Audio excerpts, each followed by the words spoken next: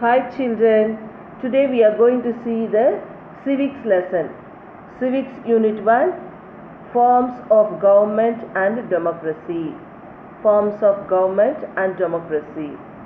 We are going to learn in this lesson, know the form of government, understand the meaning of democracy, know the merits and demerits of democracy, know the challenges to Indian democracy.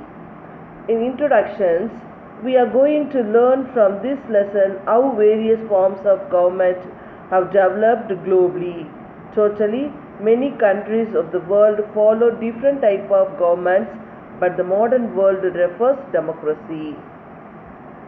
So என்ன சொல்ல வர இந்த modern வேர்ல்டில் மக்களாட்சி எல்லாம் எப்படி விரும்புகிறாங்க அப்படிங்கிறத பார்க்க போகிறோம். First, form of government.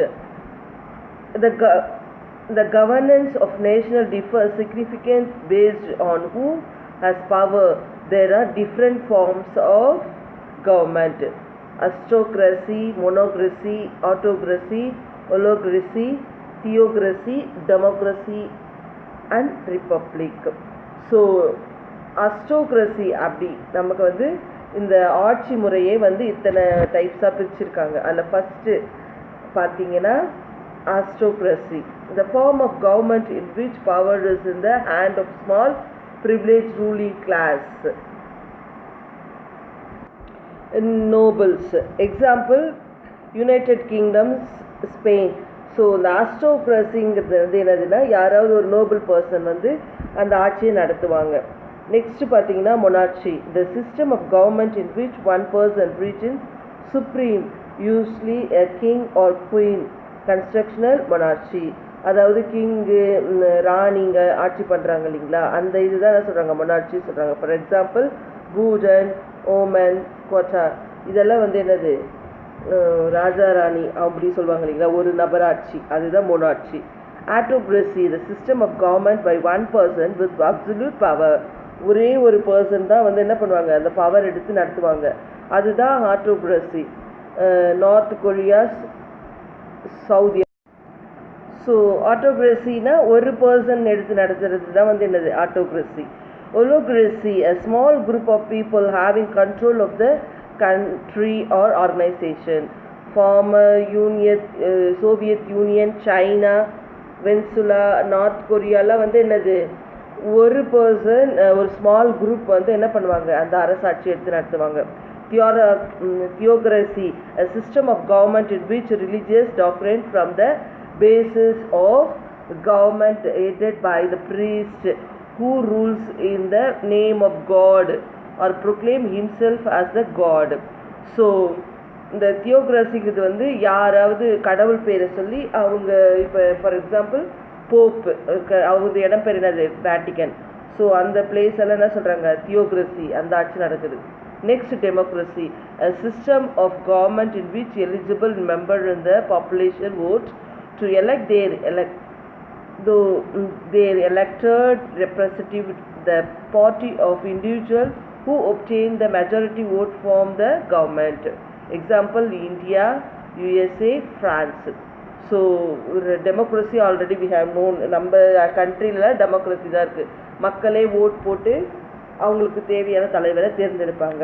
அதுக்கு எக்ஸாம்பிள் கொடுத்துருக்காங்க பாருங்கள், India, USA, France. Next republic, state in which supreme power in held by the people and their elected representatives and which as elected or dominate president other than the monarchy. India, Australia. So ஆஸ்திரேலியாலையும் இந்தியாலையும் நம்ம representatives select பண்ணிவிட்டு, so ஆஸ்திரேலியாலையும் இந்தியாலையும் நம்ம representative select பண்ணுவோம், அதுக்கப்புறம் அவங்க அதுலேருந்து ஒரு நல்ல லீடரை செலக்ட் பண்ணிக்குவாங்க. So what is democracy? Democracy is the form of government that allows people to choose their rules. Only leaders selected by people should rule the country. People have the freedom. People have the freedom to express views, freedom to organize and freedom to protest. So டெமோக்ரஸின்னு மக்களே வந்து அவங்களுக்கு தேவையான தலைவரை தேர்ந்தெடுப்பாங்க, அதுக்கப்புறமேட்டு ஃப்ரீடமாக அவங்களுக்கு பேசுறதுக்கு, எதை பற்றியும் சொல்கிறதுக்கு, எக்ஸ்ப்ரெஸ் பண்ணுறதுக்கு அவங்களுக்கு உரிமை இருக்கும். Meaning of democracy. Democracy is the system of government in which the supreme power is vested in the people of the country, and people elect their representatives there directly and indirectly through fair and free elections, which was usually held periodically. So, a definition. According to Mahatma Gandhi, true democracy cannot be worked by 20 men sitting at the center. It is to be worked from below by the people for very village. So என்ன சொல்கிறாங்க, காந்தியடிகள் வெறும் ஒரு 20 பேர் உட்கார்ந்து ஆட்சி பண்ணுறது மக்களாட்சி கிடையாது, மக்களுடைய என்ன தேவையோ அதை செய்யறது தான் என்னது மக்களாட்சி சொல்கிறாங்க. Salient features of the democracy. என்னென்ன இதில் ஃபீச்சர்ஸ் இருக்குதுன்னு பார்த்தீங்கன்னா, election representatives of the people and final decision making power to be representatives, free and fair elections. So Abraham Lincoln என்ன சொல்கிறாருன்னா, one of the president of USA definition democracy as the government of people, by people and for the people. Next, voting right is which equal value those who have attained the age of 18. உங்களுக்கே தெரியும், 18 வயசுக்கு மேலே இருக்கிறவங்களுக்கு தான் ஓட்டு உரிமை இருக்குது. Fundamental rights and protections of the individual freedom. So எல்லாருக்குமே அடிப்படை உரிமைகளுக்கு குரல் கொடுக்கறதுக்கு எல்லாருக்கும் ரைட்ஸ் இருக்குது அப்படி சொல்கிறாங்க. Evaluation of democracy began 2500 years ago in some of the city-states of ancient Greek. It is important to know the democratic institution existence in the India and early as the Vedic period. Chanakya's Astarias tells us that is ancient India and autonomous village committee as based unit of the local. Later Chola period, ancient Tamil Nadu Kudaivolai system was very notable and unique features and the village administrations of the Cholas. The following values is freedom, equality, fraternity, accountability, transparency and trust. So இந்த இப்போ மட்டும் இல்லை, நம்ம பழைய காலத்தில் கூட Asian பீரியடில் கூட இந்த சிஸ்டம் தான் ஃபாலோ பண்ணாங்க, குடவோலை சிஸ்டம். அப்புறமேட்டு அதனால மக்களுக்கு உண்மையான ஃப்ரீடம் இருந்துச்சு. So types of democracy. There are two types of democracy: direct democracy, indirect democracy. Direct democracy, when the people themselves directly express their will on public affairs. The type of government is called pure or direct democracy. Example, ancient Greek city-state Switzerland. Indirect democracy, the representative democracy, when the people express their will or public affairs through their elected representatives. The type of government is called indirect representative democracy. Example, the privileging system of democracy in India and USA and UK. நீங்கள் இந்த இது பார்த்தீங்கன்னா, ஒரு diagram பார்த்தீங்கன்னா ஒரு idea கிடைக்குங்க. பாருங்கள், forms of democracy government.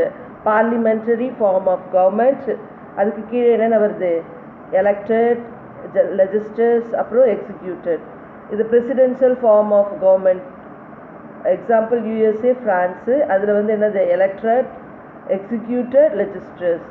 இது மாதிரி வந்து பார்த்தீங்களா. இந்த இது நல்லா பார்த்துக்கோங்க. உங்களுக்கு இதை பார்த்தாலே உங்களுக்கு ஓரளவு புரிஞ்சிடும் ஃபார்ம்ஸ் ஆஃப் த கவர்மெண்ட் வந்து எப்படி பிரிச்சிருக்காங்க அப்படி சொல்லிட்டு. பார்லிமெண்டரி, இன்னொன்று வந்து பிரசிடென்சி ஃபார்ம் ஆஃப் கவர்மெண்ட். இதுக்கு எக்ஸாம்பிள்ஸ் கண்ட்ரிலாம் கொடுத்துருக்காங்களா, அதையும் நல்லா ஞாபகம் வச்சுக்கோங்க. Next, the merits and demerits of the democracy. Responsible and accountable government. Merits, responsible and accountable government. Equality and fidelity, sense of responsibility among common people. Local self-government. Development and prosperity for all.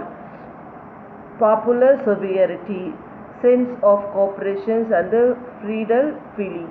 So இதில் மெரிட்லாம் பார்த்தீங்கன்னா என்னது, கவர்மெண்ட்டில் ஆட்சி பண்ணுறவங்க ரெஸ்பான்சிபிளாக இருப்பாங்க, எல்லாருக்கும் ஈக்குவலான சம உரிமை கொடுப்பாங்க. அவங்க லோக்கல் கவர்மெண்ட்டும் இம்பார்ட்டன்ஸ் சொல்லிட்டு அவங்களுக்கும் எல்லா டெவலப்மெண்ட்டும் செய்வாங்க. நிறைய டெவலப்மெண்ட்ஸு, பாப்புலர், எல்லாருக்கும் சேவை செய்கிறது, அந்த கோஆப்ரேஷனோட எல்லாரோட இருக்கிறது, அந்த மாதிரி நல்ல நல்ல விஷயங்கள் வந்து இந்த டெமோக்ரஸியில் இருக்குன்றாங்க. Demerit, indirect or representative nature of democracy. Lack of interest in democratic process and hence lower turn out in elections. instability in governance due to fractured maintain, delay in decision making process. So இன்டைரக்டாக select பண்ணுறதால இந்த ரெப்ரசன்டேட்டிவ்ஸு எல்லாரையும் கலந்து ஆலோசித்து அவங்க ஒரு முடிவு எடுக்கணும். ஸோ அது வந்து கொஞ்சம் லேட் ஆச்சுனாலும் ப்ராப்ளம் இல்லைங்களா, அதனால் அந்த மாதிரி விஷயங்கள்லாம் வந்து என்னது டிமெரிட் அப்படின்னு சொல்கிறாங்க. Democracy in India. India as a parliamentary form of democracy. The Indian Parliament comprises the election representatives of the people, makes the laws for the country. The participation of the people in the decision making and the constraint of citizenship. So உங்களுக்கே தெரியும் நம்ம நாட்டில் எப்படி என்ன பண்ணுவாங்க, நம்ம பாராளுமன்றத்தில் போய் பார்லிமெண்ட்டில் போய் என்ன பண்ணுவாங்க, அவங்க எல்லாம் டெமோக்ரஸி நம்மளுடைய நாட்டு மக்களுடைய அரசியலமைப்பு பற்றி பேசுவாங்க. Democracy in India works on 5 basic principles. These are Soviet, Socialist, Secular, Democrat, Republic. So நம்ம வந்து இந்த டைப்ஸ்லாம் யூஸ் பண்ணி தான் நம்மளோட democracy. So every person should have the 18 years old. So 18 இயர்ஸ்க்கு மேலே இருக்கவங்க தான் ஓட்டு உரிமை இருக்குன்றது உங்களுக்கே நல்லாவே தெரியும். So elections of India, elections in India. இந்தியாவில் இப்படி எலெக்ட் பண்ணுவாங்க. India as a quasi federal government which with elected representatives and the federal, state and local levels. The general elections are conducted by the Election Commission of India in the national level. The President of India appointed the Prime Minister who enjoy majority in the Lok Sabha and the lower house of the Parliament of India. So election எப்படி இந்தியாவில் இருக்குதுன்னு நம்ம தெரியும் இல்லைங்களா. நம்ம என்ன பண்ணுவோம், ஓட்டு போட்டு ஒருத்தரை செலக்ட் பண்ணுவோம், அவங்க தான் என்ன பண்ணுவாங்க, மெம்பராக இருப்பாங்க. இந்த பிரைம் மினிஸ்டர் செலக்ட் பண்ணுறது நம்மளுடைய பிரசிடெண்ட்டாக இருப்பாங்க. The president of India nominate 12 members of their contribution to art, literature, science and social service. So the first election in democratic India.